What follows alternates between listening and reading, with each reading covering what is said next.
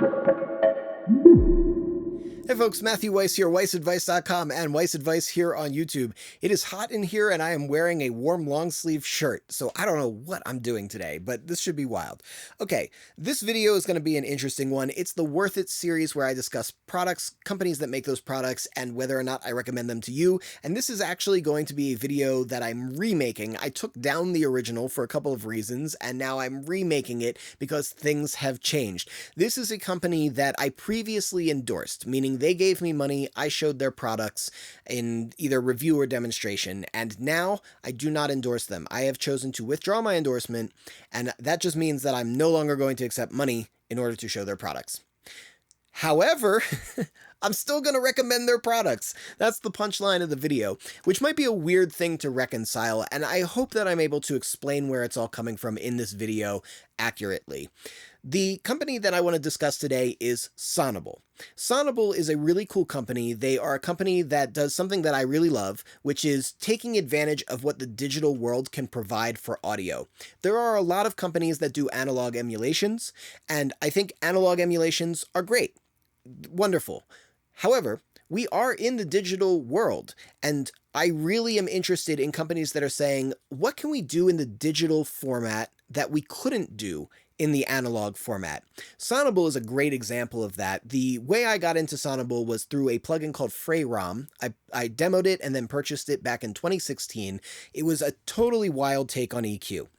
Basically, FrayROM is a 3-in-1 equalizer. The first module is a 1000 point or something like that linear phase EQ that could automatically balance a signal, and in doing so, you would get these wild EQ curves that would really make the sound become very neutral. It was really, really cool. I don't know, I don't want to dwell too long on it, but it was super cool. But then it had two other modules.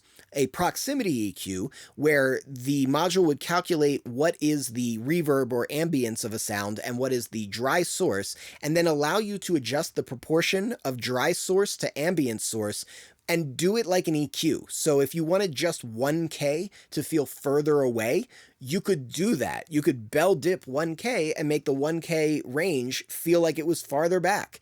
And then the last one was the entropy EQ, which I thought was just absolutely brilliant.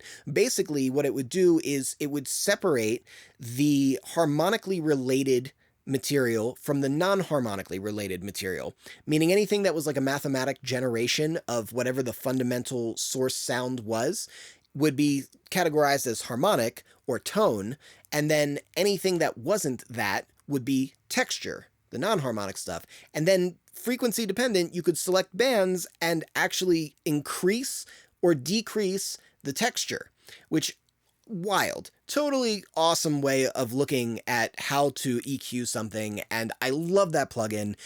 More to that later. So Sonible now has a full line, and they incorporate this smart pseudo AI technology that is used to kind of turn sources into what it thinks they should be, and it's surprisingly accurate stuff. So just everything that they're doing with the digital world is just really, really taking advantage of that digital domain. So, okay. I did this for another video. I'm going to do it for this one. I want to start with the stuff that's a little bit negative. I use a rubric of 5 categories to assess a company: sound quality, workflow, selection, customer care, and price. And then I have an arbitrary rating system, a 1 to 5, which ultimately doesn't mean anything. It just kind of illustrates the context of what I'm saying here. I want to start with the one that's negative, and the reason why I withdrew my endorsement, because I want to end on the high note. The customer service. I had a not so great experience with customer service. I will put in the disclaimer that customer service is the most challenging part for pretty much any company, but especially a small company. A lot of the times people doing customer service are also multitasking. They're kind of doing other things as well. So even like the developers might be doing customer service, just because customer service is so taxing on resources. It's extremely expensive to incorporate. And so I put that disclaimer in there because I want to say that I understand. So basically, I couldn't recover my FrayROM license from 2016 when I did a factory reboot, so I hit customer service up to say, hey, could I get a generation of this license file again? And I got an automated response, but no actual person responding. So I followed up after a couple of days, and I said, hey, just want to make sure this doesn't get lost in the shuffles. And then after the weekend, day later, I got a response saying, okay, let's recover this file. Give me a couple of days. Finally, person gets back to me, has the license file. The total span of time between when I put in the customer service request and when I actually got the license file was August 31st to September 9th, 9 days. And what I said in the original video was, I don't know how short acceptable is. If it's 1 day, 2 day, 3 days, I'm not sure.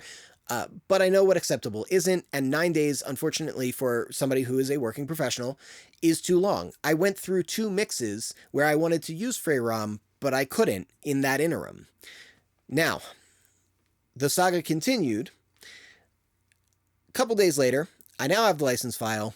I want to use FreeROM for a mix that I'm doing. I pull it up, I install the license file, and it's a license file for SmartEQ3. So it was not the correct license file. And at that point, I got a little frustrated, and I said, you know what?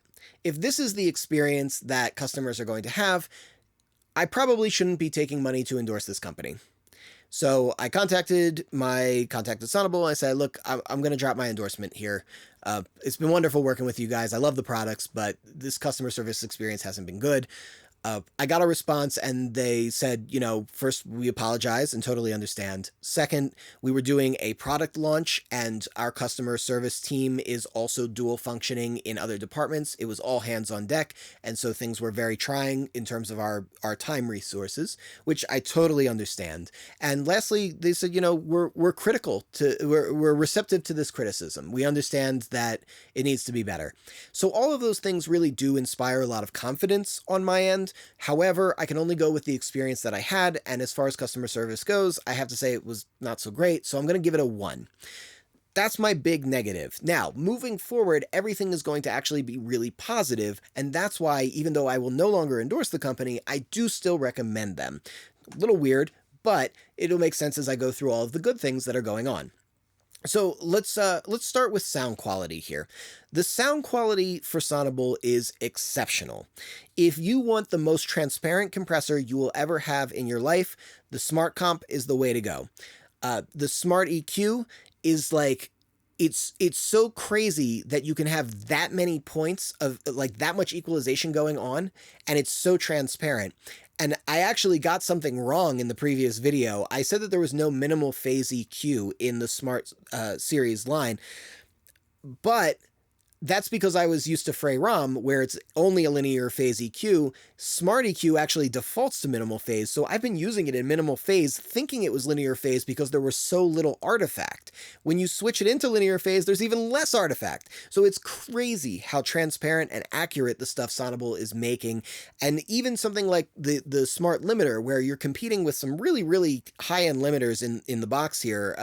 You know, FabFilter Pro L2 is my general go-to, Slate FGX, AOM Invisible Limiter, the Ozone Limiter, all very competitive limiters. I put the Smart Limiter right up there with it, and I think if I even took a little bit more time with it, I might even be able to get it a little further along because there's a lot of versatility there. Basically, I'm kind of ranting and raving here, but the sound quality of what Sonible makes is 5 stars, easy, no problem. Okay, workflow. There is a little hiccup in the workflow. There's a bit of a learning curve because Sonible products are so versatile and you can do so much with them. The learning curve is a little challenging at first. Once you get past the learning curve, which does not take that long, once you get past it, anything you want to do, you can do. The smart AI thing gets you to really incredibly accurate smarting places. Trademark. It gets you really great smarting places, and overall the plugins run pretty seamlessly, even though they are, in theory, should be CPU heavy based on all of the processing they're doing. They're really not that bad, and so I think the workflow is really a 5-star slam dunk as well. Price point. I think that the price point is okay. It's certainly much friendlier than many companies. It's certainly less friendly than others. I'd say it's pretty much about typical. You're seeing plugins that are around the price of like $100 to $130, if I remember correctly. And then they have like limited feature versions of the plugins that are around like $30. This is about average, so I would call this like a 4 out of 5 stars. Basically, there's nothing prohibitive about it, really. And then lastly, selection. And this is, like I said, where I made a mistake in the previous video that I need to correct. I said that there was not a minimal phase EQ, and so I said that the Sonible line was 4 out of 5. But actually, there is a minimal phase EQ. I was wrong, and so I'm gonna go 5 out of 5 here. Basically, the idea is with selection, if I was only using the Sonible product line, would I feel like I could do a complete comprehensive mix start to finish without having to jump through hurdles and do backflips? And the answer now, just because of that one little line in the sand, yes, there's a minimal phase EQ, so yes. I think that I could do a mix without compromise front to back with just the Sonible line, but I will say this, not to take a point off for it, because I do think that the product line is great all the way through, but I do want to see more from them. I said that in the last video, I'm saying that now. I want to see more in the creative effects realm. I want to see what Sonible's take on delay, distortion. I mean, they have distortion within their plugins, but like a dedicated distortion plugin, modulation, all that kind of fun stuff. I want to see how they interpret those things. I think that that would be really cool for the product line, and I'd be excited to see it. But that said, selection, still 5 stars. So, to the grand conclusion, there's one big ugly red spot, and then a whole sea of great, right? Customer care wasn't good.